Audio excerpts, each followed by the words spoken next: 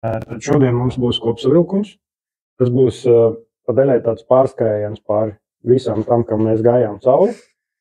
Un par cik vēl nav nokristalizējies līdz galam tas kurs, un viņš arī līdz galam nekad nebūs nokristalizējies, jo visu laiku es pievienošu kaut ko jaunu un ņemšu nost to, kas ir labāki modeļi.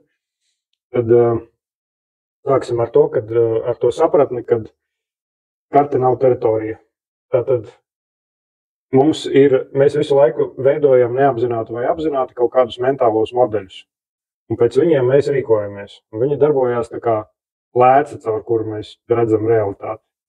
Un bez viņiem mēs arī nevaram darboties, tāpēc, ka mums kaut vai valodas konstrukcija ir balstīta uz to, tad mēs nevaram komunicēt ar cilvēkiem. Ja? Bet problēma ir tāda, ka tad, kad mēs veidojām šos modeļus, mēs bijām ļoti neapzināti. Mēs bijām bērni. Lielākā daļa no tās domāšanas, uz kuras mēs balstām savus ikdienas lēmumus, balstās uz to, ko mēs iemācījāmies bērnībā.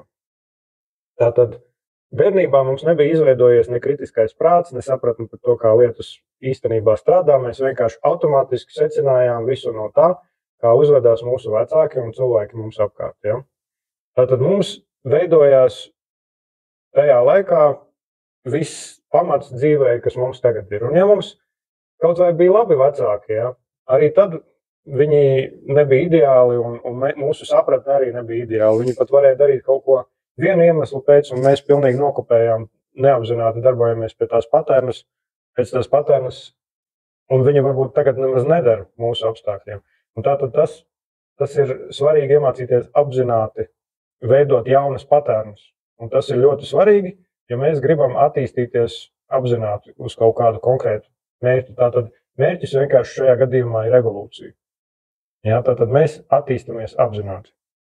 Un tur mums palīdz sapratni par to, kā darbojās iekšējie mehānismi, kurus mēs varam apzināti formēt, un pēc tam iegremdēt automātikā zemapziņā. Un pēc tam mums vairs nav jādomā par to, kā viņi strādā. Un tas ir atkarīgs no vairākiem faktoriem, cik mēs veiksmīgi varam to darīt. Pirmkārt, tas ir sapratne par to, kā tas strādā, un viņa pamazām attīstās. Mums ļoti ilgi nebūs absolūta sapratne par to, kā zemapziņa strādā, bet mums ir jau kaut kādi modeļi, kas ir veiksmīgi, pēc kuriem mēs varam darboties. Tad ir tas, cik spējīgi mēs esam atlaist iepriekšējos modeļus, ja, kaut vai uz brīdi, un tas ir visvieglāk izdarīt, ja mēs mācāmies meditēt, ja mēs mācāmies atlaist prātu, uzskatus, emocijas un visu to, kas mums tajā brīdī asociējās ar mūsu tēlu, mūsu raksturs. Ja? Tātad uz brīdi atslābināt tos mehānismus, kas ir no bērnības izveidoti. Un tad ir transa tehnikas. Ja? Transa tehnikas ir katram izstrādājās savādāk, bet mums ir kaut kādi veidi, no kuriem mēs jau varam mācīties. Ne tikai meditācija, bet arī hipnoterapija, arī pavadītā hipnoze vai autohipnoze ir ļoti daudz dažādas formas, un jo tā ideja visu balstītu ir uz to, ka mēs atlaižam savu ķermeni, un tos resursus, kas mums bija veltītus, lai kustinātu ķermeni, mēs tagad varam izmantot, lai formētu savu apziņu. Tātad tālāk, karte nav teritorija, tātad mēs veidojam tos modeļus un vienlaicīgi apzināmies, ka viņi strādā tāpēc, ka mēs ar viņiem strādājam, nevis tāpēc, ka viņi ir ārpus mums kaut kas, bet ka tās ir vienkārši darbības schēmas, kuras mēs varam mēģināt. Tātad, ja mēs uzzīmējam karti, mēs apzināmies, ka tā nav teritorija. Ja? Tātad, bet jo mēs pareizāk priekš mūsu vajadzībām uzzīmēsim to karti, labāk sapratīsim, kā viņu lietot un vairāk praktizēsim viņas lietošanu, jo vieglāk mums būs orientēties pasaulē. Ja? Tātad tas ir, ja mēs ieslīgsim kaut kādā reliģiozās uzskatos par to, ka tā karte ir realitāte, mēs uzreiz liedzam sev iespēju attīstīties tālāk ārpus kartes, tik līdz tur nojauc kādu māju un uzceļ jaunu, tā mēs turpinam uzskatīt, ka tur ir tā māja un visiem ar putām uz lūpām skaidrojam, ka tur ir tāda māja. Ja? Tātad karte nav teritorija. Nākamais aspekts tajā visā ir tas, ka aprakstam ir ļoti liels spēks. Piemērs, ja mēs gribam celt māju, Tātad mēs esam izdomājuši, kādu māju mēs gribam celt. Mēs viņu sākam aprakstīt visās detaļās, cik viņa liela un kādas ir dimensijas, visas, kur ir durvis, kādu logu, uz kādiem principiem mēs to balstam, kur saule iet, vai mēs pareizi izveidosim tā, ka viņa būs maksimāli energoefektīva un tādā garā. Tātad mēs liekam visādus instrumentus priekšā. Ja mēs runājam vienkārši par māju bez jebkāda apraksta, tad tas neko baigi daudz nenozīmē. Tas ir vienkārši virziens, kas jau ir labi, bet jo mēs detalizētāk viņu aprakstam, jo mēs vairāk tuvojamies īstenībai, realitātei, manifestācijai. Tas pats attiecās ar visām manifestācijām. Visu, ko es vēlos, jo es vairāk atradīšu leņķus un kā to aprakstīt, jo lielāka iespējamība, ka tas manifestēsies. Ja? Vienalga vai caur mūsu tiešu iesaistīšanos, vai caur sakritībām, vai caur lielākām rezonances paternām, kuras mēs neredzam vienkārši, jo mums ir tā linearitātes sajūta. Tātad, un tad nākošais, vēl es varu padziļināt to. Teiksim, ja mēs runājam par ķieģeli, tad mums nav nekādas skaidrības, cik ķieģeļus vajag. Tik līdz mēs uzzinām viņu izmērus, ja, mums ir lielāka skaidrība par to, cik ķieģeļus vajadzēs, lai uztaisītu māju. Ja mēs zinām viņu svaru, tad mēs uzreiz zinām, cik mēs vienā piekabē varam iekraut. Ja. Tātad viss apraksts, arī mentālais, ir tikpat svarīgs un vēl svarīgāks, jo mēs detalizētāk aprakstam savu iekšējo pasauli, jo mēs vairāk saprotam, kā ar viņu rīkoties. Ja mēs vienkārši ļaujam visam notikt automātiski, tad tas notiks pēc bērnībā izveidotām paternām, kuras ir izveidojis bērns. Un bērnam nav bijusi tik liela sajēga, kā ir mums tagad esot pieaugušiem. Labi. Tālāk. Tad mums ir instrumenti, teiksim, kas ir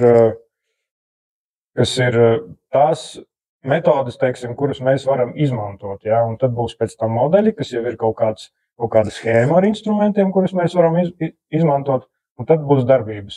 Tas ir kaut kādas prakses, kuras mēs varam veikt, vai arī darbību ķēdes, teiksim, kurās ir vairākas lietas, kas jau ir kaut kādas, sākās ar vienu darbību, un pēc tam turpinās ar citām un noved līdz kaut kādam rezultātam. Ja? Un beigās es ceru, ka paspēšu izstāstīt rīta rutīnu, kuru var pildīt, lai nonāktu uz pozitīvas platformas, kas mums palīdz pēc tam visu dienu pavadīt daudz augstākā kvalitātē. Jo tas, kā tu no rīta sāc, tas ir ļoti svarīgi, jo tā ir baigā šonka tev ejot visai dienai cauri. Un jo tu vairāk to praktizēsi, jo stabilāks būs tavs emocionālais stāvoklis un vieglāk tev kāds cilvēks mēģina ievilkt kaut kādā zemākā emocionālā līmenī, tev vienkārši būs tā kā pīlē ūdens. Un ja tu pietiekami stabili noturi augstu emocionālo stāvokli, tad jebkuri praktiski lielākā daļa cilvēku, kas ieraudzīs, ka tev ir stabilāka un augstāks kvalitātes stāvoklis, viņi pakļausies. Ja? Jo tu piedāvā kaut ko labāku, objektīvi. Tātad sāksim ar instrumentiem. Un pirmais, ko es gribētu pievērst uzmanību, tas ir par mākslu uzdot pareizos jautājumus. Tam es veltu veselu nodarbību, bet šajā gadījumā mēs vienkārši brauksim tiem visām nodarbībām cauri. Tātad māksla uzdot pareizos jautājumus ir piemērs, uz ko es gribu attīstīties, kāpēc es vispār esmu un kādus nolūkus es gribu formēt sevī, kā es gribu justies, kā es gribu, lai cilvēki man apkārt jūtās. Es, protams, nevaru to kontrolēt, bet es tomēr varu ietekmēt. Tātad tas ir kaut kāda atbildība par savu stāvokli un nepieķeršanās citiem. Tātad pēc kādiem kritērijiem es formēju tos arī jautājumus. Ja? Un, jo mēs labāk iemācīsimies uzdot pareizos jautājumus, jo vieglāk mums būs saskatīt realitāti tādu, kāda viņi ir, nevis tādu, kādu mēs automātiski projicējam, teiksim, ja, pēc mūsu atkal iepriekš radītajām paternām. Tad ir tāds koncepts kā gars. Tas ir tie līmeņi, kas ir mentālie, kas mums ir tagad, bet arī visi augstāki. Tātad tie arī neapzinātie procesi, kas kontrolē mūsu ķermeni, viņus arī mēs varam izvalkot, teiksim, tādu kā iedomājieties, ka šķidrumu mēs izvalkam no ķermeņa. Mēs varam arī to šķidrumu tā kā izmantot citos veidos, pieņemsim, projicēt kaut kādas idejas, formēt kaut kādas domas, tāpēc mums no rīta ir ļoti labi veikt kaut kādas prakses, jo mums ir skaidrs prāts, tātad mums visi tie mehānismi, kas tajā garā darbojās, viņi ir atslābuši, un mēs varam kaut ko jaunu sākt darīt. Un tāpēc arī ļoti svarīgi sākt rītu ar pozitīvu emocionālo stāvokli, jo tad tā frekvence, kurā jūs ieķūnējat to savu garu, ir visproduktīvākā. Un pozitīvisms ir produktīvākā forma mentālā. Tātad, ja es jūtos labāk, man ir lielāka iespēja noķert labākus risinājumus. Tā vienkārši darbojās mūsu apziņa. Ja es esmu nokoncentrējies uz kaut kādu sīku lietu, ko es vēlos kontrolēt un ieeju kaut kādā stresā saistībā ar to, vai tas ir kā cilvēks vai vienalga, kas ir tīpaši kaut kas tāds, ko es reāli nekontrolēju, ja, kā citu cilvēku, vai ko citu cilvēku uzskata par mani vai tādā garā. Es uzreiz slīdu lejā, ja, un mana iespējas man kaut kādus pozitīvus risinājumus iegūt ir ļoti zema. Es vienīgi vilkšu citus uz leju. Ja. Tātad tas gars, teiksim, ir atkarīgs ļoti pamatīgi no tā, cik labi mēs iemācījāmies ķūnēt to savu iekšējo radio uz pēc iespējas pozitīvākas frekvences. Un garā visu laiku projicējās iekšā jaunas idejas, bet viņas var projicēties, ja mums ir jautājumi. Ja mēs uzdodam jautājumu pareizo, ja, tad atgriežamies uz iepriekšējo. Jautājumu uzdošanas māksla ļoti svarīga, jo ja tu neuzdod jautājumu, tev nevar atbildēt. Jo tev ir brīvā griba, un brīvā griba tev ir ļoti svēts princips. Mēs nevaram īsti neko citiem uzspiest, un arī mēs nevaram ielaist savā pasaulē neko tādu, ko mēs neesam prasījuši. Jā. Jā. Jā. Tas notiek automātiski. Jā, viņš atgriežas. Tātad jautājums ir par to, vai tas garu šķidrums, ka mēs izvalkam viņu ārā un sākam tur kaut ko formēt un darīties, vai tad, kad vai mums pēc tam vajag viņu ievilkt atpakaļ apzināti. Tas nav jādara apzināti, tev ķermeņa automātika vienkārši. Tiklīdz tu sāc kustēties un kaut ko darīt, tu savelcies ķermenī, tev fokusē. Tas, kur tu novirzi fokusu, tur arī ieplūst gars. Arī mentāli, ja tu teiksim, viņam ir īpašība tāda, ka viņš var plūst arī nākotnē un pagātnē. Un viņš tur, jebkur, kur tu fokusējies, tu vari uz krūzīti fokusēties, un viņš ieplūst krūzītē. Ja tu vari izvilkt viņu sev no ķermeņa, tad tu vari viņu iebāzt arī krūzītē. Tu vari būt krūzītē. Jā, vienīgais, kas mūs noķer ķermenī, ir fokus. Principā vienkārši viņš darbojās automātiski.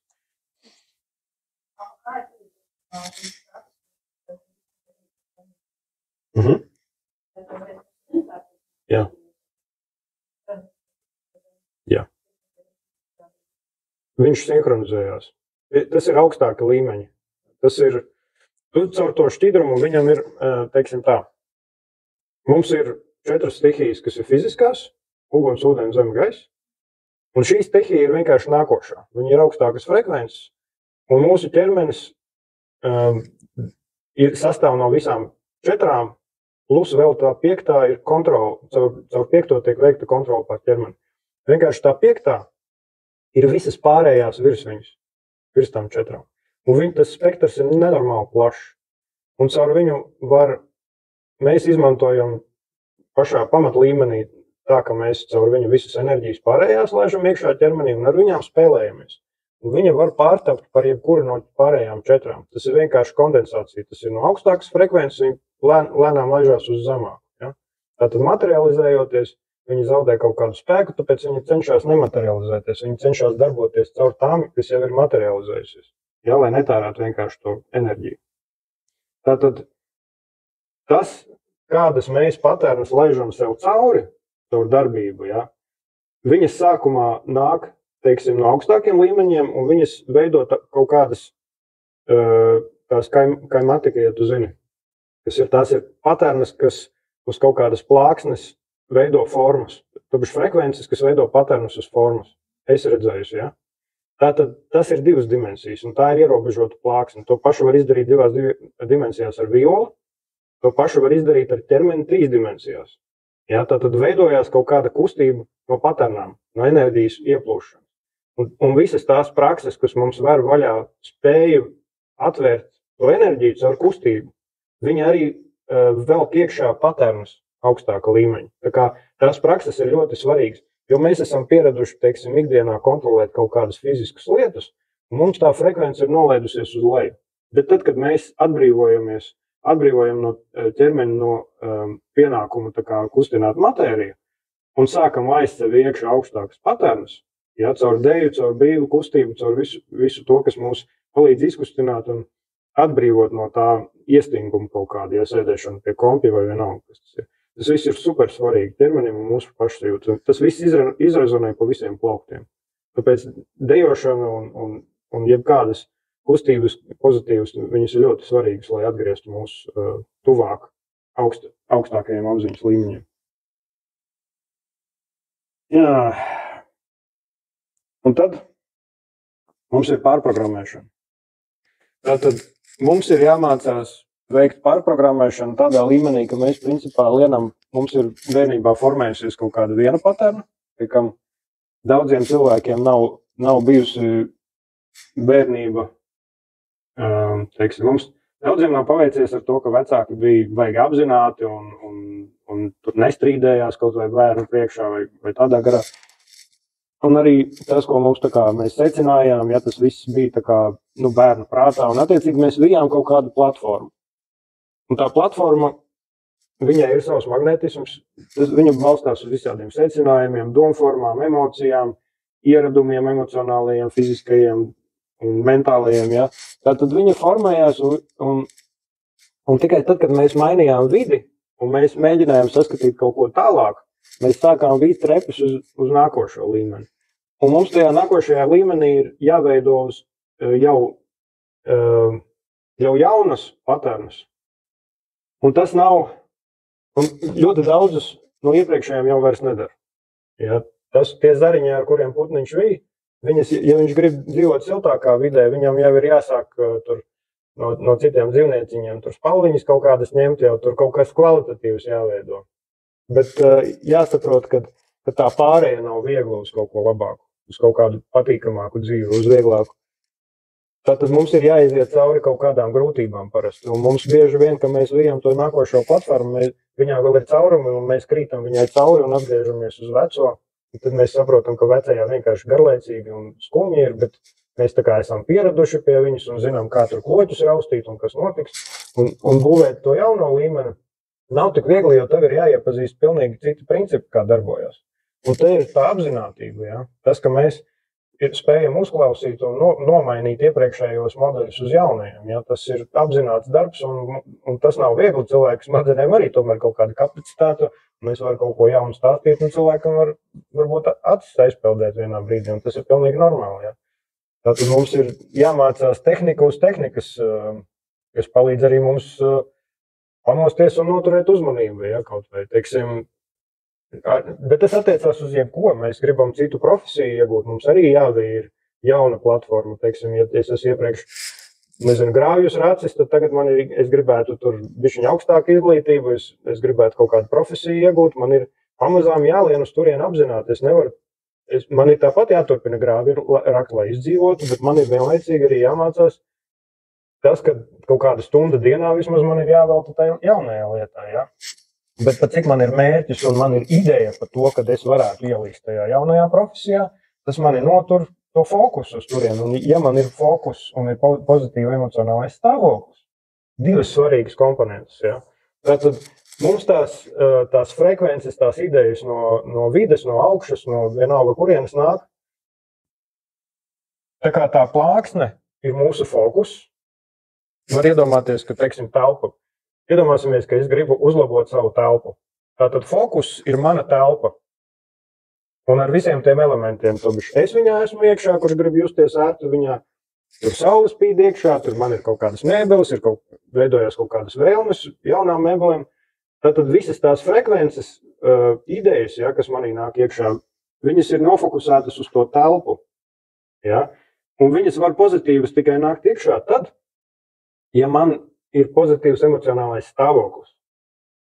Ja es tajā telpā esmu gruzos visu laiku, ja viņa pat viskaistāka kā telpa, viņa apaugs ar tām negatīvajām frekvencēm, un mums vienkārši tur būs pretīgi atrasties. Tātad mums ir fundamentāli svarīgi iemācīties justies labi bez iemesla. Bez iemesla prieks. Jo tikai tas palīdz mums noķūnēt radio uz pozitīvu pareizo frekvenci, lai pēc iespējas labākas, kvalitatīvākas risinājumus, iedvesma, motivācija, tas viss tur ir. Jo cilvēkam, kas negrib attīstīties apzināti, viņam visu laiku pasaulē ar varu attīstīs. Viņu visu laiku spārdīs uz priekšu, kamēr viņš attīstīsies. Ja, jo viņš sagaidīs vienā brīdī to, ka rēķinu sakāp, viņš sagaidīs vienā brīdī, kad viņš jau sāk kaitināt kādu vai vienalga. Ja, viņam būs spērieni. Ja viņš apzināti attīstās, tad viņš jau no pozitīvas pieejas, viņš jau skatās tālāk, viņam tas fokus paplašinās. Tātad es ieeju pozitīvā stāvoklī un es varu kontrolēt savu fokusu. Ja es esmu negatīvā stāvoklī, man ir tikai šeit un tagad, man ir tas maziņais, pie kā es esmu pieķēries, viņš ir mazs, melns un nevarīgs, un man ir jādara kaut kas, lai viņu glābtu, ja, un viss šitā valoda. Tad, kad es nomierinos, atlaižos un ieeju pozitīvā apzināti stāvoklī un viņu trenēju, lai man pēc tam būtu vieglāk viņā ieiet atpakaļ, tad es tikai varu izcelties uz to līmeni un sākt vīt to līgzdu. Un tad viņa paliek aizvien stabilāka un stabilāka. Tātad viens no svarīgajiem aspektiem transa stāvoklī arī ir atkārtošana.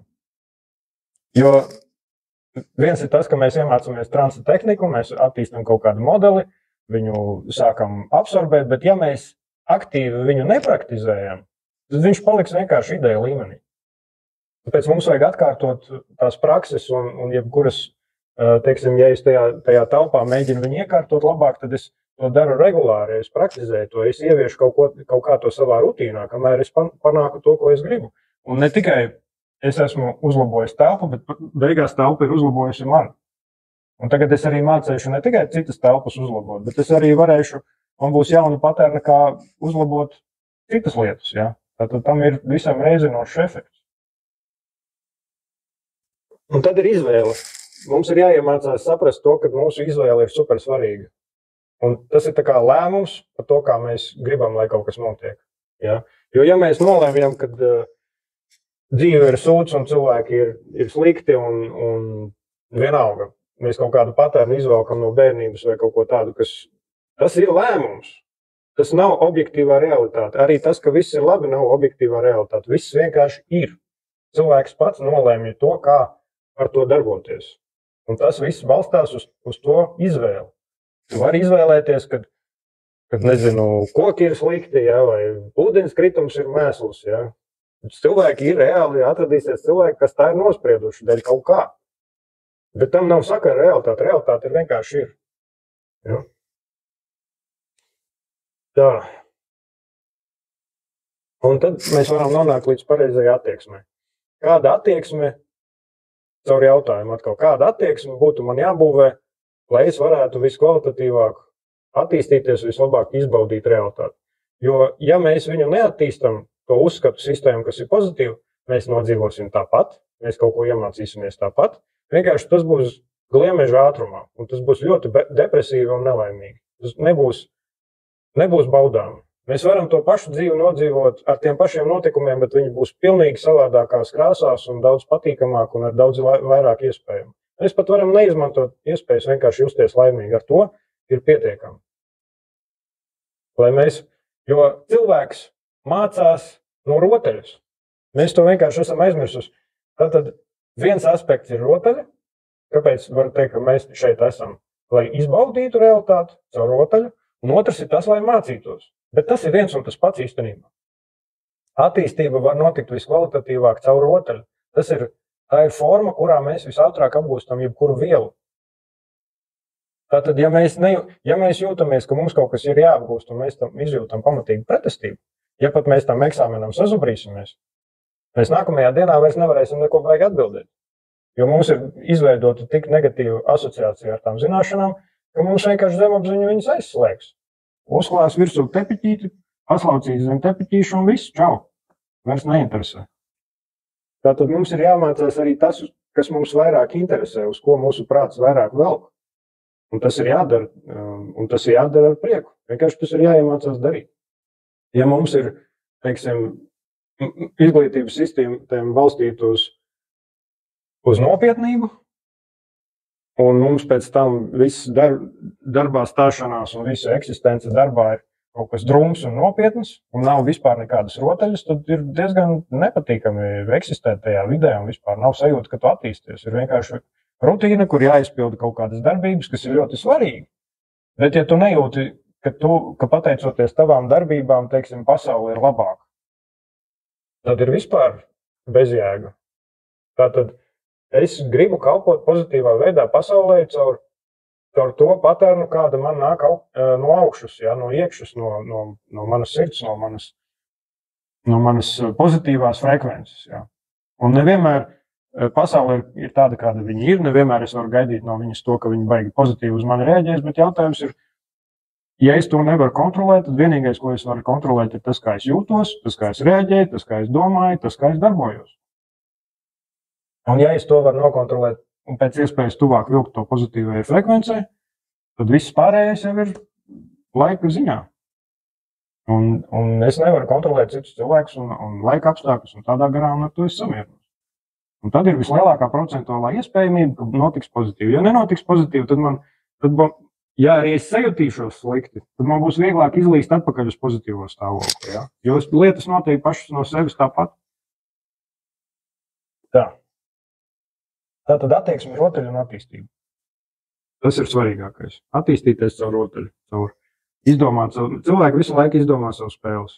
Tas ir visfundamentālākā dvēseles īpašība. Viņi visu laiku spēlē kārtis, viņi iet caur visādiem tuneļiem, caur visādām schēmām, viņi izdomā jaunas rotaļas priekš sevis un priekš citiem, tieši tāpēc arī mēs esam sadalījušies daudz dažādos personībās, tāpēc, lai būtu rotaļi, tāpēc, lai būtu interesantāk, nevis tāpēc, lai mēs ciestu un vargotu.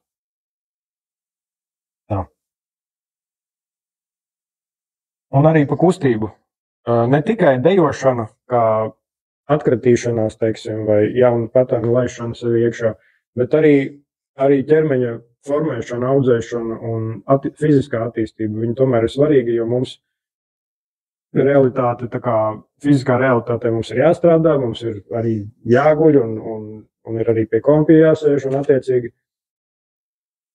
mums ir jāgatavo ķermenis visām slodzēm, kas mums ir praktiski vajadzīgas. Ja? Tātad, ja man ir ilgi jāsēž, tad man ir jāparūpējas par to, ka mugura ir pareizi. Jo, ja es slikti jutīšos fiziski, man būs daudz grūtāk ieķūnēties pozitīvā frekvencē. Ja? Tātad mana atbildība pret manu ķermeni, kurā labi ķermenis ir uz diezgan īsu brīdi, bet viņš ir vislabākais instruments, lai es varētu apgūt realitāti un attīstīties garīgi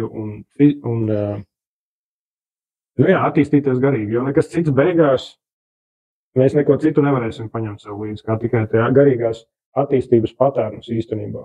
Jo mēs vairāk praktizēsim patērnus, pozitīvus, tādas, kas mums noder jebkurā realitātē.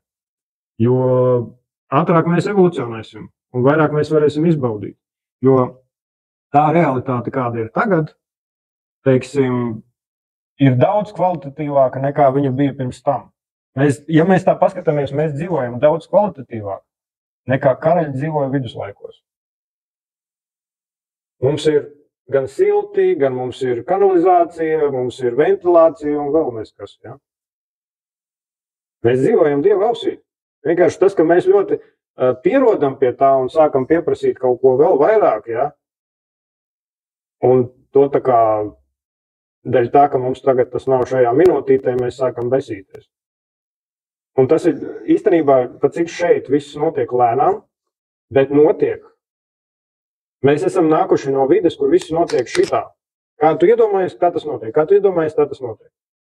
Un mēs, kad šeit ienākam, pasaulē, kurā viss notiek lēnām, mēs domājam, ka mēs nesagaidīsim to, ko mēs gribam. Un mēs pametam. Un tad mēs metamies citā lietā iekšā. Un tur mēs bišķiņ kaut ko izdaram, izdomājam, un tas nav vēl. Un mēs, nekad nebūs, un nometam. Tāpēc šī pasaule mums māca pacietību. Un jo skaidrāk tu saredzi to, ko tu gribi, un mierīgāk tu izturies pret to faktu, ka tas nāk savā laikā un savā formā, jo vieglāk tev būs adaptēties šai realitātei. Jo tas ir tas niķīgais bērns, kas ir dvēseles tā kā rezultāts tam, kad dvēseles gabaliņš ir ienācis šeit un sāk piedzīvot realitāti ar ierobežotu apziņu, ja? Ar ilūziju, ka ir laika linearitāte un kad mums ir bieži vien jācīnās par kaut kādiem resursiem, kuri ir ierobežoti un tādā garā. Un no tā izlīst uz to, ka mums ir pacietība uz to, ka mēs varam formēt kaut kādu realitāti kopā ar citiem vēl pie tam, tai vietā, lai cīnītos par kaut ko, par kaut kādām ilūzijām, uzskatiem un teritoriju un visādām fiņām. Jo ātrāk mēs pāriesim uz to kooperācijas modeli, saprotot to, ka uzskati ir mūsu instrumenti, nevis mūsu saimnieki. Un visas patērnas īstenībā, kas mūsos ir, mums ir jāiemācās arī emocijas, teiksim, vadīt, un tad viņas vairs nav mūsu saimnieki, bet mūsu instrumenti. Un mēs varam apzināti izvēlēties, kādu emociju es tagad gribu sajust. Tas ir tas mērķis. Nevis nejust vispār, bet iemācīties just pēc vajadzības. Un iemācīties domāt pēc vajadzības. Nevis automātiski, nevis pēc ierastās patērnas, bet pēc vajadzības. Tas ir ļoti labi, ka mēs esam izstrādājuši patērnas. Bet ļoti bieži vienmēr ir jāpadomā, pirms kaut ko sāk domāt, just vai uzskatīt vai rīkoties. Vai tas ir visatbilstošākā patērna tam, kas man ir vajadzīgs tagad? Vai tas ir vienkārši automātika? Ja? Ok. Viena lieta, kas ļoti palīdz, ir dažādas arī rakstīšanas prakses. Ja mēs gribam tos mentālos modeļus tā kā sākt savilkt, vai arī, teiksim, mums ir pa dienu mums ir kaut kāda uzdevuma. Un mums viens pasaka, šito vajag darīt, to, un mums salasās, un viņi te griežās augšā, tā kā mušas lido, ja? Vai arī tur cilvēka lamājās pa mums, vai vēl vienalga, kaut kādas mušas mums te lido apkārt. Mums ir baigi svarīgi viņus noķert un sarakstīt uz papīra. Tikai tā mēs viņus varam noklopēt. Viņas ir tagad uz papīra, un viņas ir pārredzamas. Un tas atbrīvo prātu, jo tas ir tā kā atgādinājumi telefonā. Viņi visu laiku bing, bing, bing, bing. Es viņus noliku uz papīra, es viņus redzu, pārredzu, tad es varu racionāli spriest par to, kas man ir jāizdara tagad, ko es varu vēlāk izdarīt, uz ko man ir jāuzliek mikstais. Ja, tas ir baigi svarīgā praksa. Vēl tālāk ir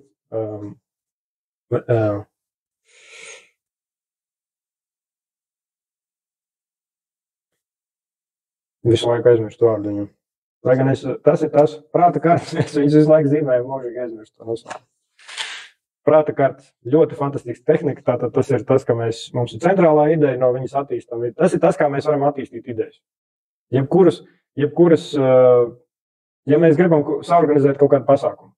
Mums ir pasākums, tur ir dalībnieki, tur ir materiāli, tur ir vieta, un viss tas ir ar apakšdariem, jā, un tas superīgs veids, kā noķert visus tās idejas un salikt viņus uz plaknes, un mēs varam pārredzēt.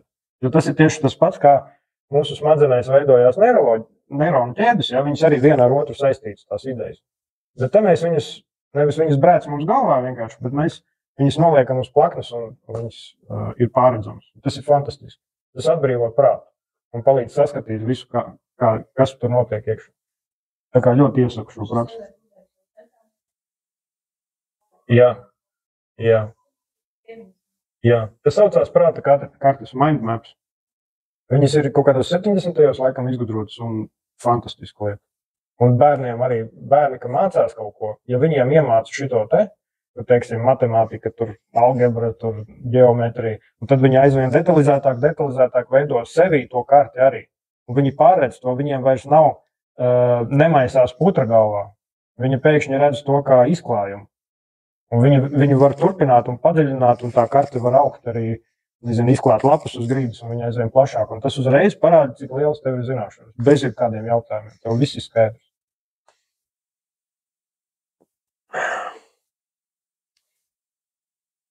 Tad viena svarīga lieta ir simbolika. Kā mēs simbolizējam, tātad mēs varam veselus konceptus sasaistīt ar kaut kādu vienu simboliņu.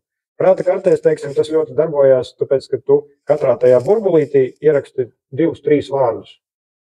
Un tad, kad tev jāatcerās tā tēma, tu paskaties uz to burbulīti un tev uzreiz vesela tēma smadzenēs atverās. Tev katrs no tām idejām, ja, teiksim, tev uzreiz asociējās ar veselu. Tas vienkārši tā kā atgādinājums. Principā visa simbolika ir kaut kāda atgādinājuma. Tu paskaties uz šitādu simbolu, tev tas atgādina to. Pat cik tas notiek automātiski, tas ir ļoti svarīgi saprast, kā simbolika strādā. To arī brendi izmanto un viss kaut kas ļoti daudz kas, jā. Un ja mēs iemācāmies veidot savu simbolu kārtu, tad mums ir vieglāk viņos orientēties. Arī tā kā liekot uz papīra, vieglāk pēc tam saprast, jā. Tieši ar simboliem arī, ko tas simbols nozīmē man. Un valoda arī sastāv no simboliem. Tātad katrs no vārdiem nozīmē kaut ko. Zem viņa stāv kaut kāda ideja. Ja? Kaut kāda domforma. Un tātad spēlējoties un liekot to simboliku teikumos, mēs veidojam kaut kādu nozīmi. Īstenībā, ja paskatās dziļumā, tad tas viss ir super sarežģīti. Tad pat cik mums ir simboli, mums ir vieglāk tajā visā orientēties. Un tad, kad mēs ar tiem simboliem spēlējoties, sākam viņus likt uz divdimensionālas plaknes, mums sāk sapratne nomierināties, ja, un mēs varam pārredzēt to, ko mēs domājam. Tas ir super svarīgi, ja mēs gribam attīstīt jebkuru tēmu. Vai sevī, vai ārpus sevis vienalga. Un tad no otras puses ir arī svarīgi iemācīties atļauties. Teiksim, ja mēs esam izvēlējušies kaut ko un izveidojuši kaut kādu schēmu, ja, vai vienalga, vai pat vai gribam kaut kādā piedzīvojumā, iet, mums arī jāsaprot, kuros brīžos mums jāatlaiž kontroli. Jo parasti man ir tas modelis, kas ir attīstības rats, un tur detalizētāk mēs par šito skatāmies. Un tur svarīgais aspekts ir tas, ka tu esi uzmodelējis to savu uzvedības modeli vai uztveres modeli, un tad tu ļaujies. Tu ļauj viņam vienkārši darboties un izpausties realitātē. Un tātad tas var iedomāties kā dzīves upe, ja, kurā tu peldi. Tu peldi laivā, protams, kaut kādā. Un tu vari kuģot, un tu vari navigēt, un tu vari cīnīties pret straumi. Un tu vari vienkārši arī ļauties viņas plūsmai. Bet iemācīties, kuros brīžos tev ir jāpieslēdzās un jāpakontrolē, ja, tas, ko tu arī beigta zivs var peldēt pa straumu. Ja. Bet tava spēja ir saprast to, kur plūst upe. Jo tava dzīve tev izvedīs tāpat pa visiem tiem tuneļiem, pa kuriem tev ir jāaiziet. Jautājums, cik kvalitatīvi tu to darīsi. Vai tu ik pa brīdim pretosies sev un mēģināsi tā kā cīnīties pēc traumi, vai tu tomēr iemācīsies to navigāciju un to emocionālo navigāciju. Vai tu iemācīsies nomierināt sevi, nomierināt tos viļņus arī upe nomierinās, ja tu nomierinies. Ja? Tu esi ļoti saistīts ar to, kā pasaule reaģē uz tevi. Un tas ir saistīts ar to, kā tu reaģē uz pasauli. Un tas ir vienīgais, ko tu vari kontrolēt. Tad pasaule pakļausies. Viņa nepakļausies ar konkrētām detaļām, bet viņa, lai gan reizēm arī tā var notikt, bet viņa pakļausies ar to emocionālo. Tas ir viss spēcīgākais veids, kā tu vari kontrolēt tos viļņus, tas ir ar emocionālo stāvokli. Vienkārši viņa palīdz noenkurot tavu uzskatu sistēmu. Ja tu veido jaunu uzskatu sistēmu, tad tev ir daudz vieglāk ieiet pozitīvā emocionālā stāvoklī. No viņa arī tev nāks labākas idejas. Un tas atkal savukārt palīdzēs tev noturēties tajā stāvoklī un attīstīt viņu. Tad tu biji platforma. Un arī tas, protams, atkarīgs, kā tu navigē pasaulē. Ja tu teiksim, satiecies ar cilvēkiem, kas tev velk uz leju emocionāli, tad tu jutīsi to, ka vai nu tev būs disonance ar viņiem, vai arī tu vienkārši neiesi satikties ar viņiem. Vai arī tu ļausi novilkt viņiem sevi uz leju. Tad jāiemācās arī pamazām attīstīt tā vide. Tātad nomainot, teiksim, cilvēkus, kas mums speciāli velk uz leju vai neapzināti vai automātiski. Okay. Un tad mums ir ieradumu formēšana. Ja? Viss tas parāda to, ka ir ļoti svarīgi apzināti izvēlēties katru domu, katru emociju, katru uzskatu, katru reakciju. Tas viss vīja mums to ligzdu, lai mēs varētu justies stabili, emocionāli un formēt sev pasauli apkārt uz augstākiem standartiem. Un mēs nevaram vainot citus par to, kā mēs jūtamies iekšā. Tas vairs nestrādā. Šajā līmenī jau nekāda citu vainošana nedarbojās. Tu vainosi citus, to nokritīs atpakaļ. Jo tu citus nekontrolē, tu mēģināsi ar viņiem tur cīnīties un lejā tu būsi. Ja? Tātad tagad tu esi atbildīgi. Un tas, kā tu tur nonāc, ir tas, ka tu apzināti bez iemeslu prieks, bez iemesliem jūties laimīgi. Nav obligāti absolūtā ekstāzē uzreiz, tad tu izaudzēsi to spēju būt. Jā, un es parādīšu vienu rutīnu beigās, kur palīdz tajā stāvoklī ieiet daudz vieglāk. Un tu formē pamazām tos ieradumus, kā tu uzvedies tajos stāvokļos. Kā tu dari it kā tās pašas lietas, bieži vien viņi, tu, protams, nomaini, citas lietas sāc darīt, bet tu pat tās pašas lietas darot, to dari pilnīgi ar citu attieksmi un pilnīgi citas idejas tev nāk. Tev ir daudz kvalitatīvāka attieksme pret dzīvi un tev rezultāts, rezonance no dzīves nāk daudz kvalitatīvāk. Un arī tas, kas tev iepriekš, teiksim, nokaitināja, tagad tev sagādāt par prieku. Ja tu nomaini tā kā tos slēdzīšus pārslēdz, ja, tev var pilnībā mainīties realitāti, kurā tu dzīvo. Tiekam nevis vizuālā, bet iekšējā. Un tad arī ir savādāka sociālā inteliģence. Tev pilnīgi savādāka pieeja pret cilvēkiem. Cilvēkiem attieksme pret tevi mainās. Protams, daļu tu jau esi nomainījis, jo ar viņiem tu neko nevar tā kā pasākt. Un tie, kas nāk vietā, ir daudz kvalitatīvāk. Un tava reakcija uz viņiem ir daudz kvalitatīvāk. Jo pirms tam, teiksim, ja tu tā kā iekšēji turies kaut kādā zemākā frekvencē, ja pat tu rādi, ka tu ārēji smaidi, kāds pasaka kādu joku un tu apvainojies un aizej uz leju, ja? Un velc citus uz leju. Kokteļu balīte ir beigusies. Tā. Labi, tagad vairāk par modeļiem. Mums bija viena nodarbība bija par stihijām. Un stihijas ir navigācijas metode, kur palīdz saprast tās 4 stihijas, kuras mums, tā teikt, mūsu gars ir uzformējis mūsos atspulgu realitātes.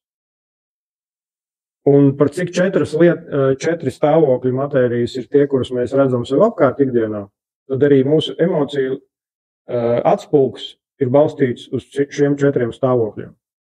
Un tas, cik daudz mēs esam iemācījusies darboties ar visiem šiem 4 stāvokļiem, kuri tas ir vispārinājumi, 4 vispārinājumi, bet viņi iekšēji mūsos reāli darbojās kā emocionālai stāvokļi. Tas ir uguns, ūdens, zeme, gaiss. Kā piemērs? Uguns.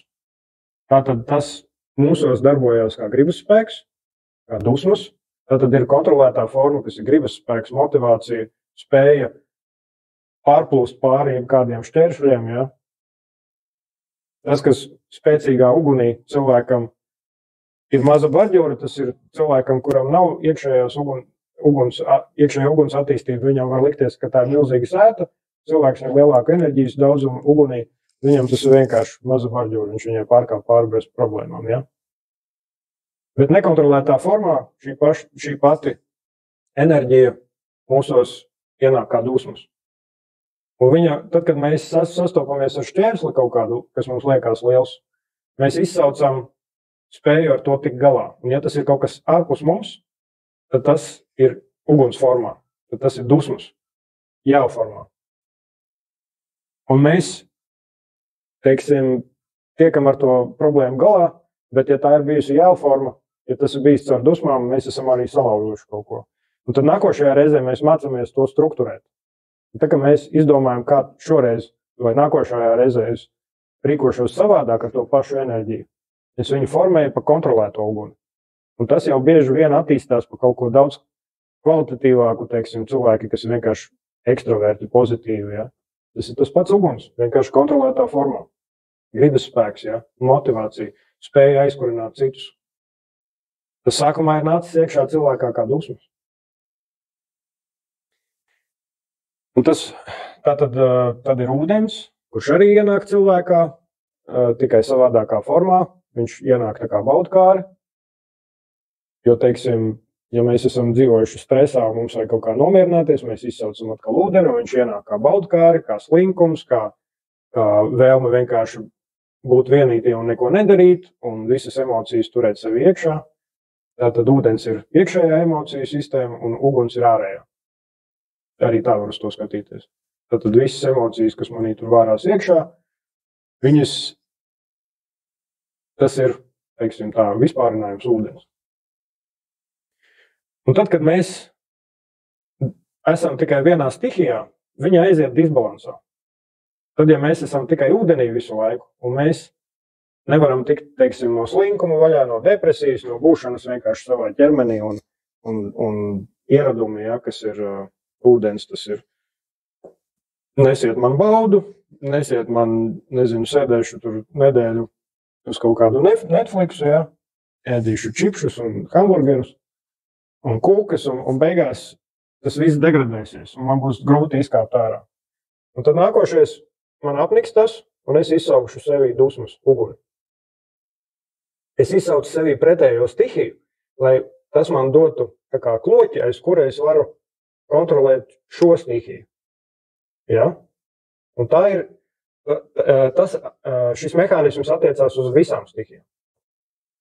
Tātad ar dusmām uz sevi es sāku sevi spārdīt, sevi morāli čakarēt, sevi būt pret sevi agresīvs, un es sāku vismaz pietupienus taisīt. Sāku taisīt pietupienus caur grūtībām, caur izmisumu, caur dusmām uz sevi un visu pārējais. Un tādā veidā es pamazām tieku uz kājām, pieņemsim. Ja? Es gan dramatizēju, parasti cilvēki neaiziet tik tālu. Jā.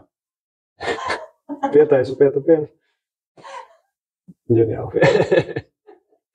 Tātad es piespiežu sevi attīstīties ar varu, ar dusmām. Kas ir kontrolētājs? Kontrolētājs stāvoklis ūdenim ir deja, ir spēja sajust visādas smalkas lietājas, smalkjūtību. Starp citu, arī cilvēki, kas ir cīņas mākslās, viņi bieži vien ir bijuši pilnīgi, viņiem fundamentāli viņi ir ūdens, un tad viņus ir sākuši apcelt, un tad viņi ir izsaukuši sevi uguni, izveidojuši spēju cīnīties, bet viņiem vēl joprojām fundamentāli tas ūdens ir, un viņi ir iegājuši tik lielā smalkjūtībā, ka viņi ir kļūst par visspēcīgākajiem ringā. Jo viņi vienkārši var sajust to ķermeņa valodu un to, kā kustēties, un tas ir caur ķermeņa domāšanu. Un viņai ir ļoti augsta līmeņa. Ja? Tātad gan dejošana, gan cīņa, gan visādas enerģētiskās prakses, cigunu taicī un ļoti daudz kas. Ja? Viss, kas notiek, ka tu sajūti enerģijas plūstam tavā ķermenī. Tas ir tās kontrolētie stāvokļi, ja? Augstākie līmeņi tam pašam ūdenim. Un nekontrolētie zemē stāvokļi ir baudkāri un visādas slīkšana negatīvās emocijās un tās patērnas. Ja? Un tad nākošais ir zeme un gaiss. Un zeme ir vairāk saistīta ar materiālo pasauli, arī naudas enerģija jau attīstītākos stāvokļos. Un tas ir visas šīs lēnās frekvences, kad tu man vari stāstīt, ko tu gribi, bet viss, ko es redzu, varu sataustīt un to tu vari man pierādīt. Pārējais ir viss tikai kaut kur tur, jā. Ezotērika, fantāzijas, vienalga, psiholoģija, jā. Un tas ir cilvēks, kas ir ielipis fiziskajā matērijā. Bet, ja tā paskatās, kā datori tika attīstīti, ne jau ar ielipšanu fiziskajā matērijā. Tur bija tik ilgi mentālie procesi ar matemātiķiem un filozofijām un teoretizēšanām un mēģināšanām saprast, kā kaut kas cits darbojās, kas tikai beigu rezultātā tiek iededzināts silikonā. Ja? Tam tikai gala rezultāts ir kaut kāds materiāls, bet visi procesi, kas ir bijuši pirms tam, lielāk, tā kā 80% no laika ieguldītā, tas ir bijuši tieši mentālie procesi. Tātad meistarība pār materiālo pasauli, tā jau ir bagātība, tā jau ir spēja organizēt kaut kādu saimniecību, ja, vai tā var būt pilnīgi milzīgs uzņēmums, ja, un māka tur darboties ar tām naudas plūsmām, vai materiālu plūsmām, vai māju būvēšanām. Un tur ir ļoti daudz arī gaisa cilvēki iesaistīti tajā. Tāpēc, ka tam visam vajag balansēt ar pretējo stihiju, ja mēs gribam to attīstīt kā kaut ko kontrolēt. Jūs pamanīsiet, ka ūdens kontrolēts ir ar pamatīgu uguns pieaugumu, tātad gan deja, fiziska kustība, ārējas izpausmes, gan cīņa. Jebkura no stihijām, kas ir kontrolēta, viņai ir nopietna daļa klāt ar pretējo stihiju. Ja? Un tātad tas, kas būs attīstījis tā kā lielu uzņēmumu, viņš bez spējas runāt ar cilvēkiem nevarēs to izdarīt. Viņš bez spējas mentālās. Tātad pretējā stihija šeit ir gaiss, kas ir atbildīgs par idejām, kas ir atbildīgs par spēju komunicēt ar cilvēkiem, kas ir ieiešana kaut kādās mentālajās vidēs, ja, spēja vizualizēt milzīgus procesus, hologrāfiskus. Tas viss ir tā kā gaisa pusē, ja, vispārinājumā, teiksim tā. Un tā tad arī, tad, kad mēs esam pilnīgi gaisā un mums nav nekādas spējas nomaterializēties, sasaistīties ar realitāti, piezemēties, mēs vienkārši tur kaut kur peldam visu laiku. Tas arī nebūs nekad, nerealizēsies nekad ne ar ko reāli, ja mēs nesasaistīsim to ar fizisko realitāti. Ja mēs tās idejas nenovedīsim līdz praksē, pirmkārt, mēs neko līdz galam neizdarīsim, un otrkārt, mums būs attālināta tā ideja pasaule no realitātes, un tas nozīmē, ka mēs vienkārši aizpeldēsim fantāzijās, kurām nav nekāda sakara ar realitāti. Jā, tā ir nekontrolētā puse gaisam, kuram vajag tātad zemi, lai viņš varētu zemēties un attīstīties jau harmoniski. Jā. Zemē kontrolētā puse vai nekontrolētā? Nekontrolētā puse zemē ir mantkārība un pieķeršanās pie vispār fiziskās pasaules. Fiziskām lietām man ir svarīgākas mantiņas nekā cilvēki. Cilvēki ir tikai domāti tam, lai man atnestu vēl mantiņas. Principā tas arī ir galvenais.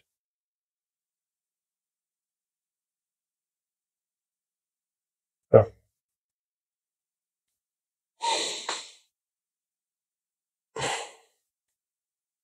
Tā, es nezinu, ka mēs paspēsim visam iziet cauri, bet es gribu pēdējo arī paspēt iziet. Tā, viena svarīga lieta - ego lēca. Es par viņu jau iepriekš runāju, tātad arī tagad pārskatīsim. Tas ir tikai modelis, un viņu var vēl attīstīt, bet pagaidām mēs paskatīsimies uz to ļoti vienkārši, kad mums realitāte traucē saskatīt tādu, kāda viņi ir. Ego lēca, jā, traucē. Tātad ego visu laiku skatās uz 3 faktoriem, neklāt traukt. Ko es uzskatu, ko es jūtu, kā man tagad būtu jājūtās, un ko es domāju. Ja? Un tātad, kamēr viņš nevar atslābināt šos 3 faktorus, ego nevar nomierināties. Ja ego nevar nomierināties, un viņi visu laiku velk domas, emocijas un uzskatu, un nevar tā kā atlaist kaut kādu uzskatu, lai pieņemtu kaut ko jaunu, vai nevar nosakot kaut kādām jaunām ideju plūsmām, ja vecās maisās pa vidu, ja, vai emocijas, teiksim, tu nevari ieķūnēties kaut kādās pozitīvās emocijās, ja tev velk savas iekšējās emocionālai pieradumi. Ja. Tātad meditācija palīdz atlaist šos faktorus visus. Un pateicoties meditācijai, mēs varam iztīrīt to ego lēcu. No ego mēs netiksim vaļā, un tas nav arī vajadzīgs. Ego ir funkcija ļoti svarīga. Ego funkcija ir saglabāt mūsu spēlē. Ja mēs atsakamies no ego, mēs aizpeldam vienkārši projām, un mēs neesam spēlē. Mēs varam tur ķermenis būt, bet fokus mums tur nav. Ja?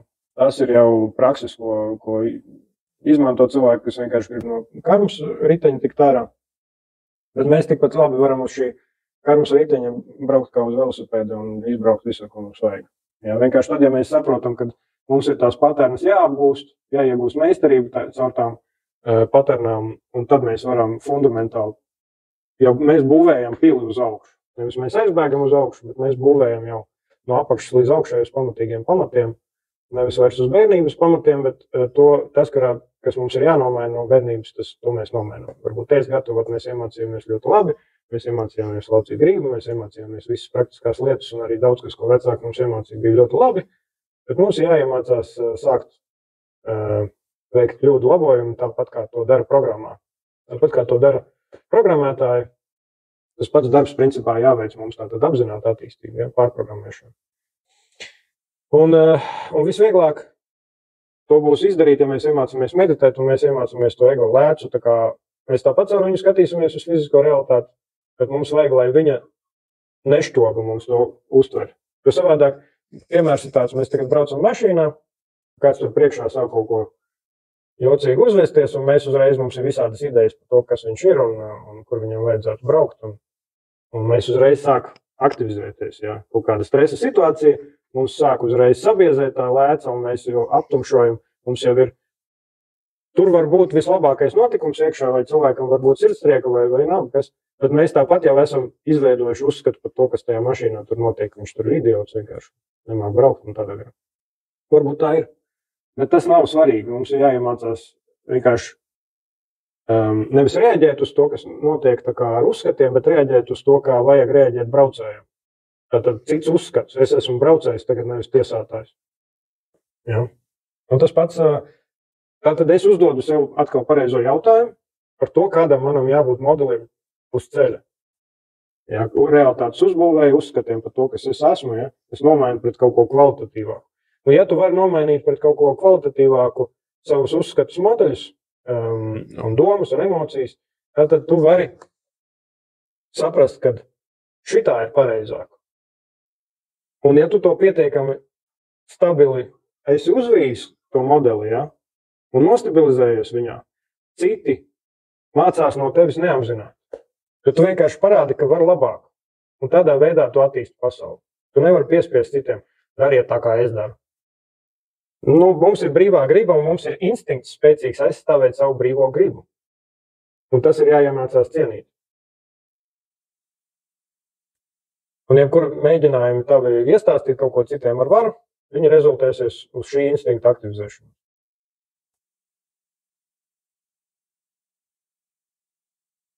Cik mums ir pulkstenis? 11. Ok, paldies. Tātad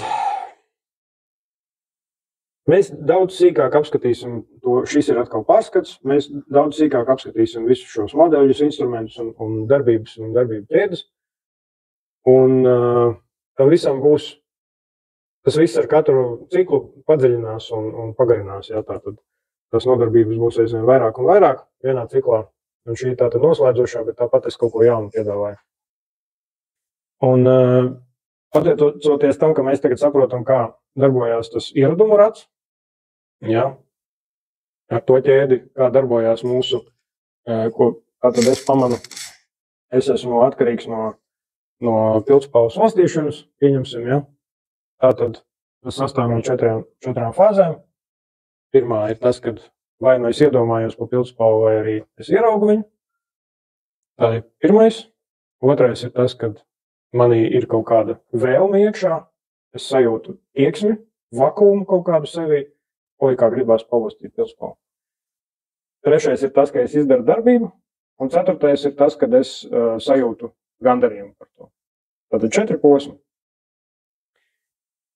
Un par to es dziļāk tā kā stāstīšu vēl nākošajā ciklā, bet uz šīs bāzes mēs tātad attīstam nākošo attīstības ratu, ja? Kur tagad jau ir 6 posmi, un tas jau ir apzināts. Un to jūs varat apskatīties. Man ir YouTube video, kur es to detalizētāk stāstu. Bet tā ideja ir tāda, ka tagad mēs varam apzināti veidot tos modeļus, kā mēs gribam formēt savu uzvedību. Un tātad uzvedībā ir svarīgi, ja mēs gribam ar pozitīvu uzvedību aizvietot kādu negatīvu vai kaut kādu, kas vienkārši formēt jaunu uzvedību.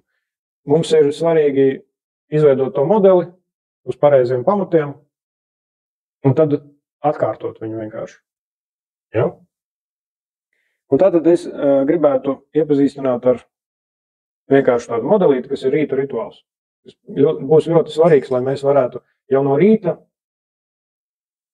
uzkāpt uz pozitīvas platformas, un pēc tam jau mēs viņu varēsim stabilizēt. Bet pateicoties tam, ka tas ir ieradums, ja mēs to darām atkārtot katru rītu vēlams, tad mums ir aizvien vieglāk un vieglāk vīt savu jau nākamo platformu.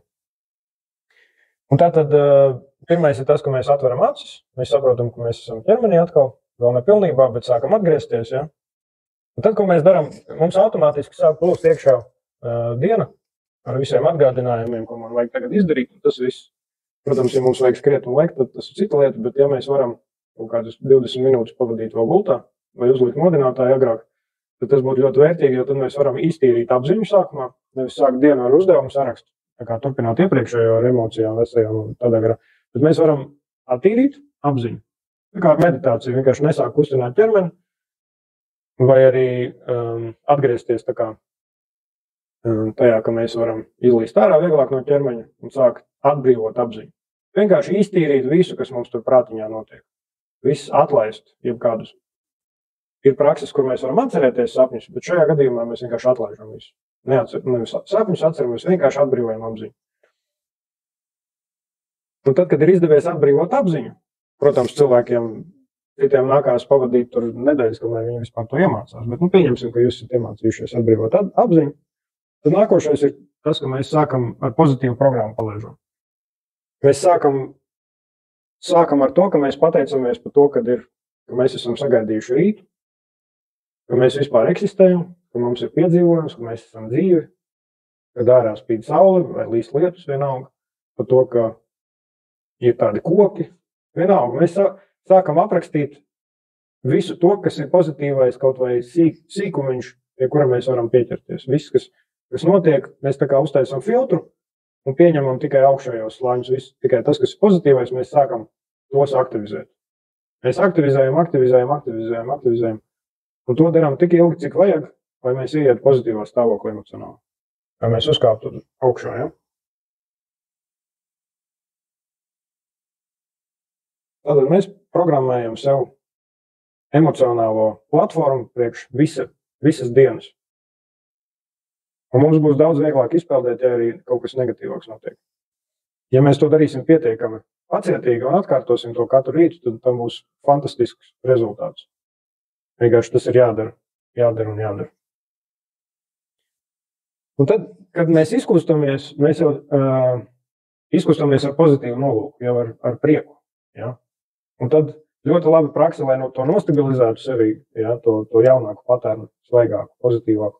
Mēs varam vienkārši padējot, ja jums ir spogulis, pie kura priekšā padējot vislabāk. Ja jums jāaiziet uz toaleti, lai padējot, aiziet uz toaleti. Vienalga. Pakatieties, atbrīvojieties un izkartiet. Ienāciet atpakaļ ķermenī ar jaunāku kvalitāti. Ja? Jā. Un tad, ja jūs vēl varat iemācīties pastiprināt to ar pozitīvu, jūs varat uzlikt mūziku, ja, kaut kādu pozitīvu, kas jums nevis sākt ar kaut kādu depresņaku no rīta, bet sākt ar kaut kādu pozitīvu dziesmu vai iedomāties, ka jums apkārt koris ir, kas dzied jums slavas dziesmas, vai vienalga kaut ko tādu, kas jūs paceļ spārnos vēl klāt. Jo visi tie darbojās kā reizinātāji. Un ja jūs vēl pieliekat vizualizāciju pozitīvu klāt, ja, tad tas ir vēl efektīvāk. Tātad visi tie elementi, viņi slēdzās kopā formulā. Un formulas rezultāts būs jūsu gara stāvoklis. Tātad atgriežamies atkal pie koncepta gars. Jūs tādā veidā uzķūnējat viņu uz augšu un nostabilizējat viņu un vijat kā līgzdu to stāvokli savu garā. Jums veidojās stabila platforma. Un tas ir īstenībā vienīgais, ko jūs varēsiet paņemt līdzi, kad aiziesiet prom no šejienes. Tās patērnas, kuras jūs praktizējat. Un tas palīdz tā kā attīstīties ārpus tā karmas rata. Vai vienalga sauciet, kā grib. Tas, ka jums ir labākas metodes, kā dzīvot. Un jums arī cilvēki vairāk dos atbildības, pozitīvas un uzticību, un jums būs lielāka spēja formēt savu pasauli uz jauniem, pozitīvākiem principiem. Un jūs daudz mazāk ietekmēs negatīvie notikumi. Tas vienkārši vienā brīdī jūs nesapratīsiet, kāpēc cilvēki izvēlās justies negatīvi. Tāpēc, ka viņi nav uzvējuši nākošo platformu. Un jums arī vide mainīsies. Jums aizvien pozitīvāk, cilvēki radošāk būs apkārt. Un es nerunāju par tiem, kas tēlo, bet kas reāli ir uzbūvējuši šo platformu. Un arī būvē nākošās.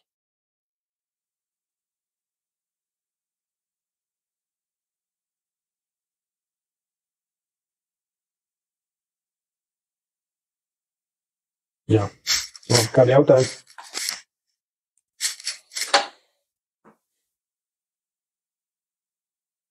ir jautājums, kas zemes gaisa ir?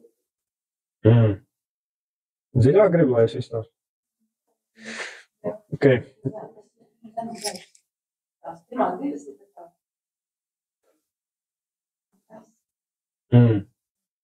Tātad jautājums par stihijām. Zeme un gaiss, ja? Vispār mēs varam kopsumā skatīties. Tas, ka mums ir horizontālā līnija uguns, ūdens, viņi ir emocionāli, vai iekšējās emocijas vai ārējās, tas ir vienkāršojums, vispārinājums, ja? Un tad zeme un gaiss ir materiālais un intelektuālais. Ja? Šitāda vertikālā līnija. Un tātad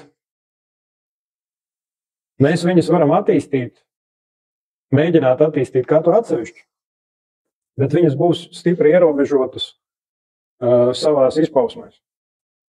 Ja mēs gribam balansēt, mums vajag ņemt klāt pretējās stihijas, un tas nozīmē arī, teiksim, mācīties no cilvēkiem, kuriem ir pretējās stihijas izteikums. Un tas bieži vien ir redzams, ka cilvēkiem ir magnētisms savā starpā, jo viņiem ir pretējas stihijas. Bet viņiem bieži vien grūti komunicēt. Viņi tā kā ļoti azartiski viens no otra kaut ko mācās, bet komunikācija ir tāda, ka vienkārši nesaprot viens otru, bet ir ļoti interesanti. Ja? Vai arī pa emocionālā līnija ir bieži vien nekontrolētākās formās ir upuris un varmāka. Ja? Kad meitenes bieži vien meklē sev varmākas un džeki var meklēt upurus, reizēm arī otrādi, bet bieži vien arī otrādi. Bet tā kā pretējie dzimumi, pretējās stihijas vai arī kādās citās schēmās, arī uzņēmumos komandas tiek automātiski tā kā būvējās parasti ar pretējām stihijām. Un jo viņiem ir stabilāka sava stihija, jo vairāk viņiem ir klāt no pretējās stihijas. Tad mēs neapzināti tāpat izmantosim pretējo stihiju kā balansu. Vai tas būs cita cilvēka formā, vai tas būs mūsu iekšējā, bet ja mēs atradīsim citu cilvēku un pietiekami ilgi un kvalitatīvi no viņas mācīsimies, tad mēs jau būsim attīstījuši savu stihiju līdz tādam līmenim, ka mēs bieži vien varam vienīgi tikt ar visām lietām galā, un pretējās stihijas pārstāvis iepriekšējais jau mums būs paspējis nokaitināt ar saviem gājieniem, kurus mēs ne līdz galam saprotam. Un tad, kad mēs gribam, mums visu laiku tas process ir, teiksim, ja es esmu nekontrolēts gaiss, tad, kad man atnāca šī informācija, es sapratu, ka es esmu nekontrolēts gaiss un ka man vajag obligāti mācīties fiziskās lietas, tā kā apgūt materiālo pasauli, apgūt manā gadījumā metināšanu un metāla apstrādi un tur apkuras sistēmas un vēl vis kaut kādas lietas, kuras ir vienkārši supermateriāls un viņas ir ļoti svarīgas priekš mūsu kvalitatīvas dzīves industrijas, teiksim, ja. Un ja es nebūtu to darījis, es būtu peldētu visu laiku ideju pasaulē, kuras es tā arī nekad nerealizētu. Ja? Tātad jebkura fiziskā prakse priekš gaisa cilvēka, jebkura materiālā prakse priekš gaisa cilvēka ir atgriež viņu pie realitātes un vienkārši maina viņu visu uztveru, un viņš saprot, ka viņš neko īsti nav sapratis. Viņš tikai kūlies pie idejām visādām. Pa procentiem 70 droši vien, daļa vienmēr būs. Mēs nevaram tā kā pilnībā atdalīt viņus, jo jebkurā materiālā praksē arī būs kaut kas mentāls jādara, un jebkurā mentālā praksē būs arī kaut kādas fiziskas darbības jādara, tāpēc tie ir vispārinājumi, un tas ir drīzāk akcenti. Ja? Bet ļoti svarīgi ir mācīties saprast, uz ko esmu es spējīgs un kas man vēl ir jāiemācās, kas man vēl ir. Tev nav jēga pelnīt ar pretējo stihiju, teiksim tā. Ja tu neesi viņu attīstījis, teiksim, es esmu pietiekami ilgi mācījies fiziskā, es caur kļūdu to darīju, ja? Man vajadzēja iet mentāli tālāk un tikai balansēt sevi caur materiālu, bet es iegāju pilnībā materiālajā, tāpēc es attīstīju pietiekami to materiālās prakses, lai varētu sākt pelnīt. Bet ja man ir spēcīgi attīstītas mentālās iemaņas un tagad man ir jāsāk pelnīt grāvjus rokot, ja, tad es tur nebūšu vienkārši talantīgs. Tā būs super vajadzīga skola, un viņa man ļoti daudz ko dos, bet pabarot sevi es varēšu knapi. Ja? Ja es vienkārši nevarēšu konkurēt ar tiem, kas ir, nezinu, Andrītis buldozers, kas vienkārši var rakt tos grāvjus vienkārši neskatoties. Tā kā ja es gribu būt veiksmīgs, tad man ir jāspiež uz to, kas man padodas. Un, ja es gribu attīstīties, man ir jāspiež uz to, kas man nepadodas. Ja, bet kas ir vajadzīgs manai attīstībai? Tad kāpt ārā no ērtības zonas. Tas ir pa visu kopumā. Jā, mēs tāpēc materiāli, jā, nu kā. Labi, ja mēs gribam, pieņemsim, ja mēs gribam tīri pašu sauso atlikumu, tad vienmēr tas būs tā kā materiāls. Tur paēst, izgulēties, siltā mājā pavadīt, tas rezultāts fiziskajā realitātē būs fizisks. Ja? Bet mēs tikpat labi varam lielas naudas pelnīt ar kaut kādām idejām. Ja? Un tur ļoti maz materiālā ir. Tikai beigās tas, kā mēs izkašojam to ārā, ir, teiksim, materiāls. Jā.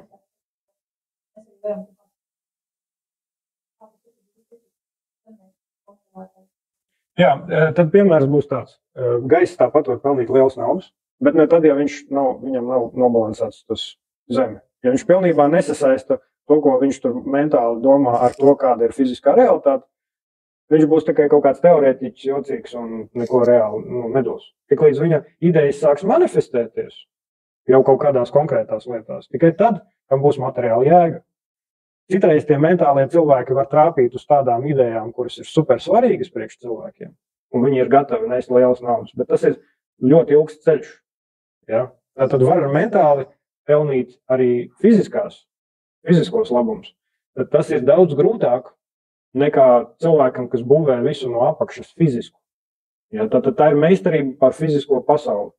Un viņa sākumā jēlformā ir mantkārība un arī nabadzība bieži vien, jo viņam ir uztraukums par to, kā viņš spēs izdzīvot. Viņam ir pieķeršanās pie mantas, cīņa par tām mantām, jo fiziskajā pasaulē mantas ir ierobežotas, idejas nav.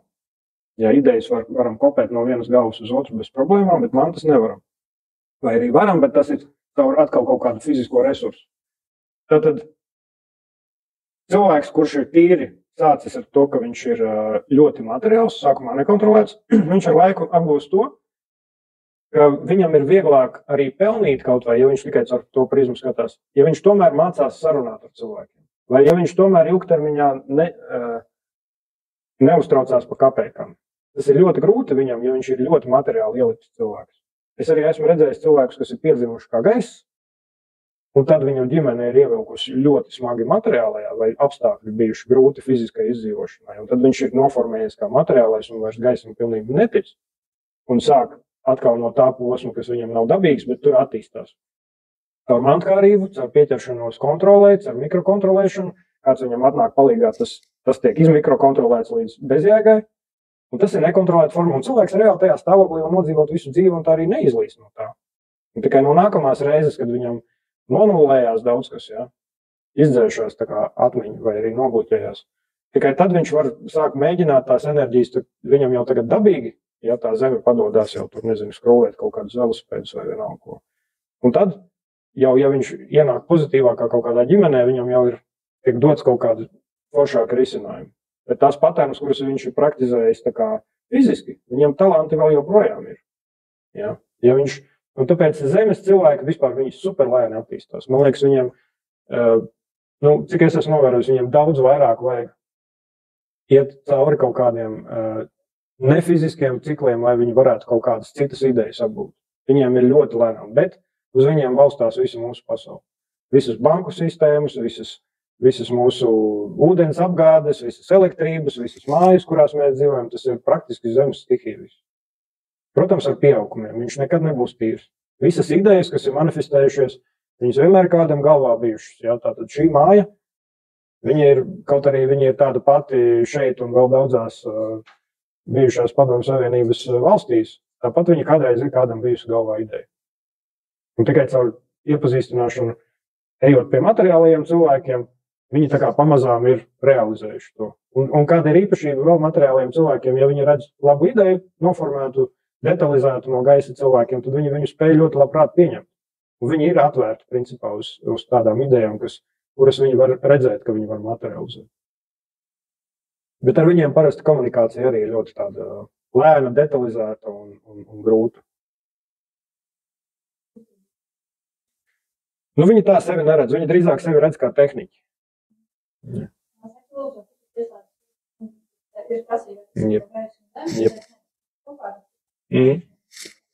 Tas ir ļoti labs jautājums. Starp šīm stihijām veidojās arī saiknes dažādas. Un, teiksim, ja mēs runājam par materiālo realizāciju, tad bez uguns un gribas spēka nekas tur baigi nesanāk. Tad, kad cilvēks ir sācis, teiksim, būvēt milzīgu māju un viņš ar gribas spēku ieiet un sāk maukt un visus kurbulēt ar agresiju un teiksim, tad mācās mierināties. Kā viņš mācās mierināties? Ar ūdeni. Viņam aizved kāds vismaz uz masāžu, ja, vai viņš pārdeg un aizbrauc uz jūras krastu pastaigāties ūdeni.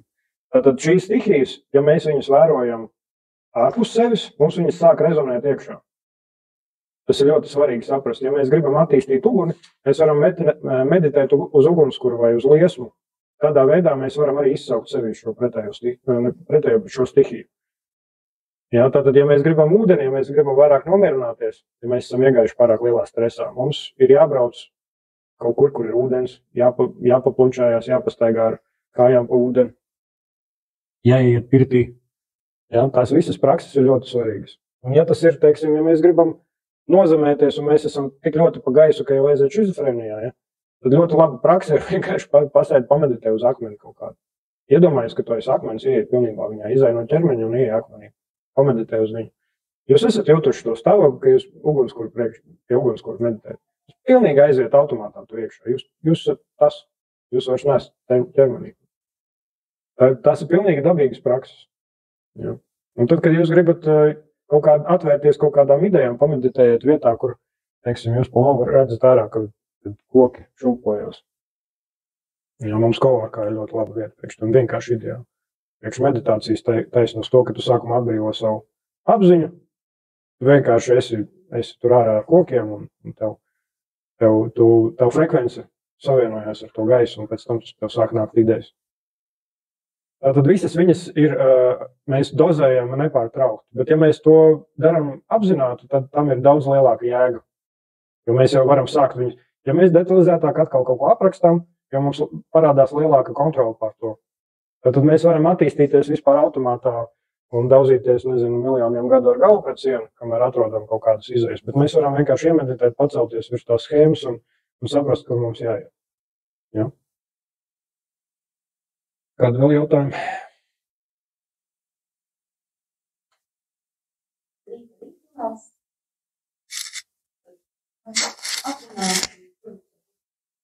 Jā, tātad vēlreiz rīta rituāls, atverās acis. Vai arī atveram nospiežam modinātāju. Jā.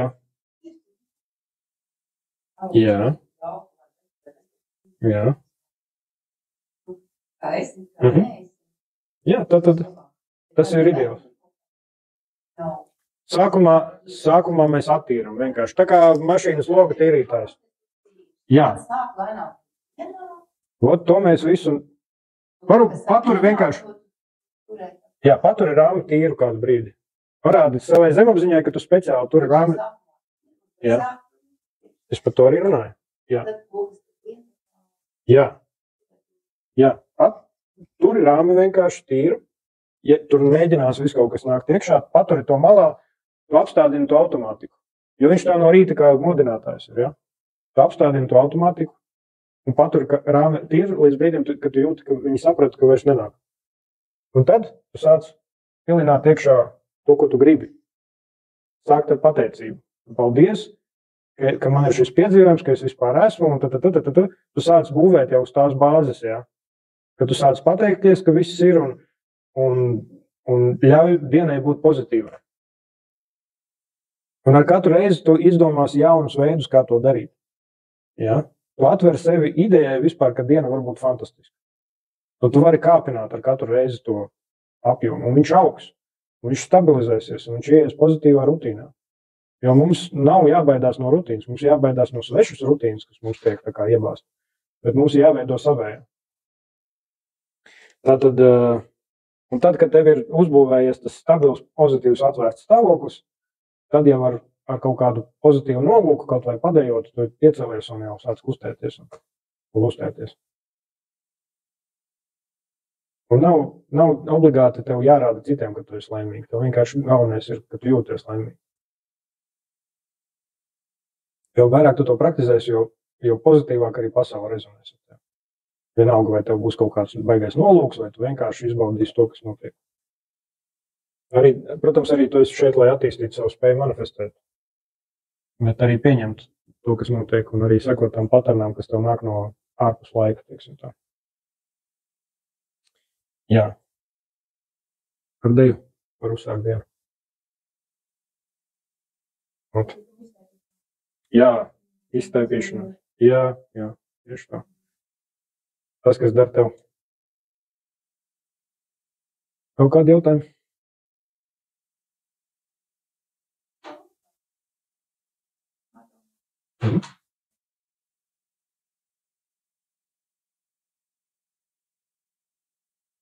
Es ierakstīju, tā kā tu varēsi redzēt. Šito es domāju, ka es ielikšu YouTube. Visā garumā droši. Un nākošajā nedēļā atkal sāksim no jauna, iet cauri jau kaut ko likšu klāt un atkārtosim.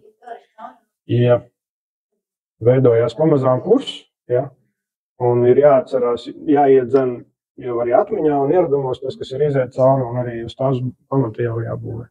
Ja.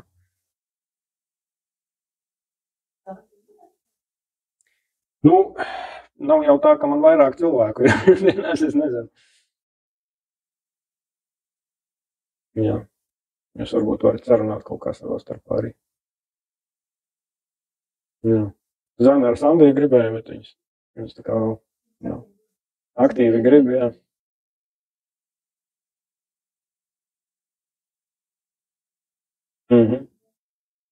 Nu jā, es jau metu šo jautājumu iekšā.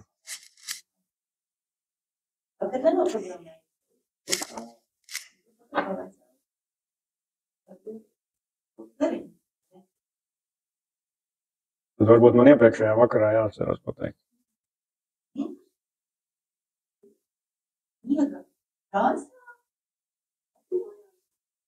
Nu, tāpat vērtīgi. Man nekas šito es ierakstīju. Tā kā. Tas, kad ieslēdz telefonā,